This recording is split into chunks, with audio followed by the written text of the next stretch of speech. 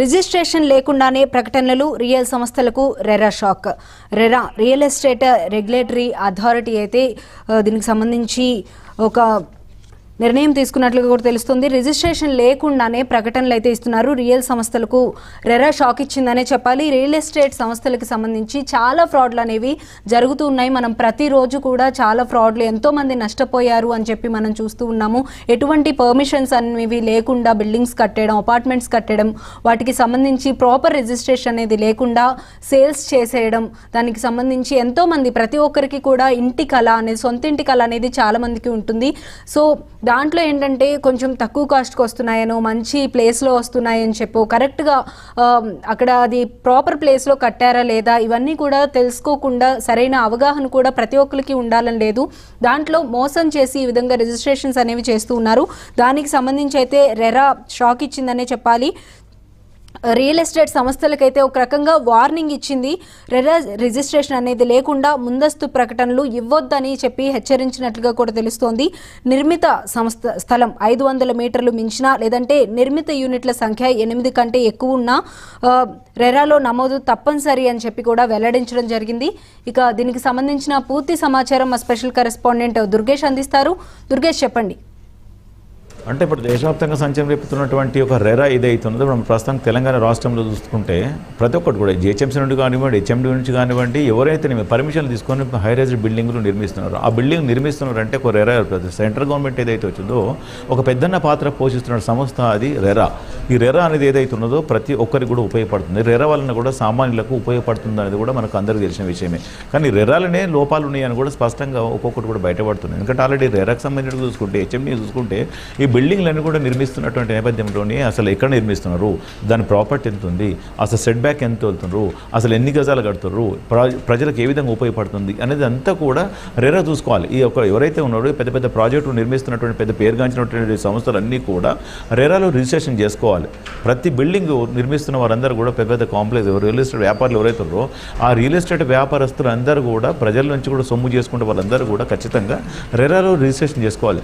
రెరాలో registration చేసుకోకుండానే వీళ్ళ డైరెక్ట్గా RERA ఉందని చెప్పేసి ప్రకటనలు ఇచ్చుకుంటూ అమాయక ప్రజలను టార్గెట్ చేసుకొని మోసాలకు పాల్పడుతున్నారు అనేది కూడా స్పష్టంగా అర్థమవుతుంది. ఇప్పటికీ ఆల్రెడీ చాలామంది కూడా రిజిస్ట్రేషన్ చేసుకుని కూడా 10,000 మంది పైన రియల్ ఎస్టేట్ సంస్థలు ఉన్నాయి. దాంట్లో ఏజెంట్లకు ఉన్నటువంటి 4,500 మంది కూడా ఏజెంట్లు ఉన్నారు.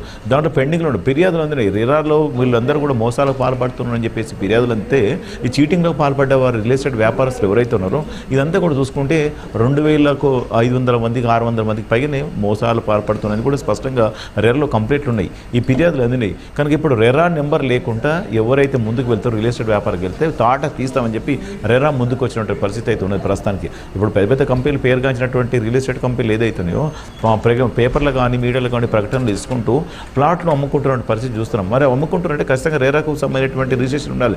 రెరాలో రిజిస్ట్రేషన్ లేకుండా వీళ్ళే ప్రకటనలు ఇచ్చుకొని అమ్ముకుంటే రేపు బాధ్యులు ఎవరు అనేది కూడా తీసుకు ఖచ్చితంగా రెరాలో రిజిస్ట్రేషన్ నెంబర్ ఉంటే మీరు కొనుగోలు చేయాలా, మీకు రిజిస్ట్రేషన్ లేకుండా మీరు ప్లాట్ అమ్మరాదు అనేది మాత్రం ఇప్పుడు రెరా మాత్రం దూకుడు పెంచిందని చెప్పుకోవాలి. ఇప్పుడు గతంలో ఉన్నప్పుడు చూస్తే ఆ రెరాకు సంబంధించిన మరో పక్కన చూసుకుంటే రెరాలు ఉన్న అధికారులు కూడా అవినీతికి పాల్పడుతున్నారని చెప్పి మరో పక్కన కూడా జరుగుతుంది. ఎందుకంటే ఈ రెరా అనేది కూడా ఒక పెద్దన్న పాత్ర పోషిస్తుంది. అక్కడ సామాన్యులు కానివ్వండి, ఎవరికైతే అందరికీ కూడా పెద్దన్న పాత్ర పోషిస్తున్న రెరాలని మరి అవకతవకలు జరుగుతున్నాయని మరో పక్కన. ఎందుకంటే ఒక అధికారి ఎవరైతే ఉన్నారో గతంలో రిటైర్మెంట్ అయినటువంటి అధికారిని మళ్ళీ తర్వాత తిరిగి రెరాలో ఒక అధికారికి ప్రకటించడం జరిగింది.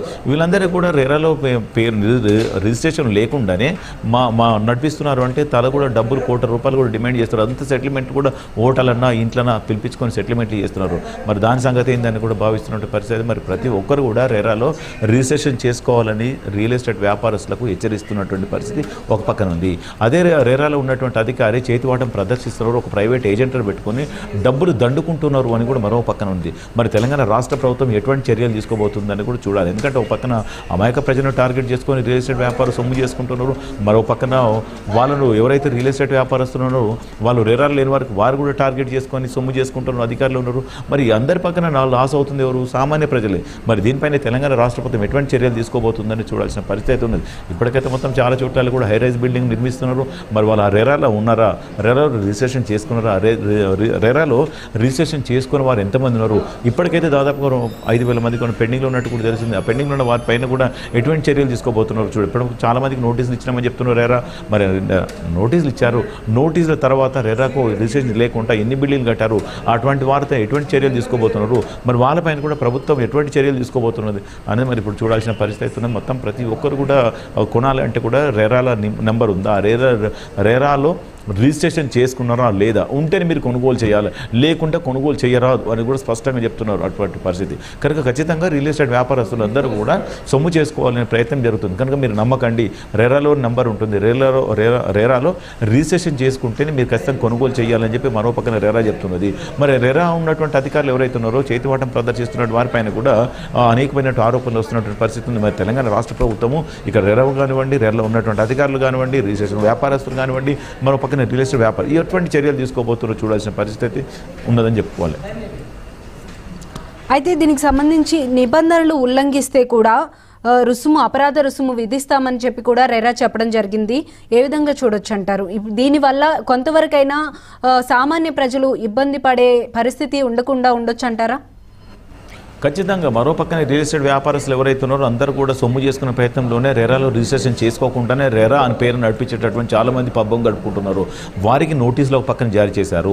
మరో పక్కన కూడా ఎవరైతే రియల్ ఎస్టేట్ పేరుగా రియల్ ఎస్టేట్ వ్యాపారులు వస్తున్నారో వాళ్ళు ఇటువంటి లొసుగులను చూసి ఆసరా చేసుకొని సొమ్ము చేసుకుంటున్న రియల్ ఎస్టేట్లో ఎవరైతే రెరాలు ఉన్నారో రెరా అధికారులు కూడా కొంతమంది ప్రైవేట్ ఏజెంట్లను పెట్టుకొని సొమ్ము చేసుకుంటున్నారు.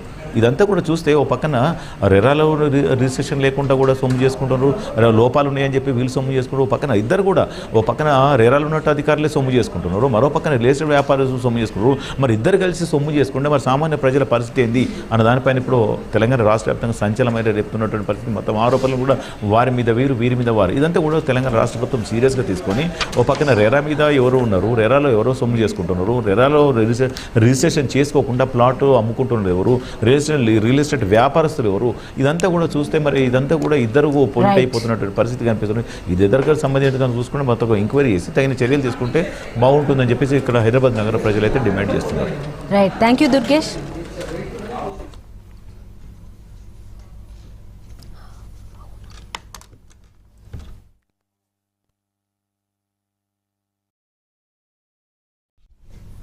ఇక నెక్స్ట్ టాపిక్ వచ్చేటప్పటికి రాజధానిలో మరో వివాదానికి తెర.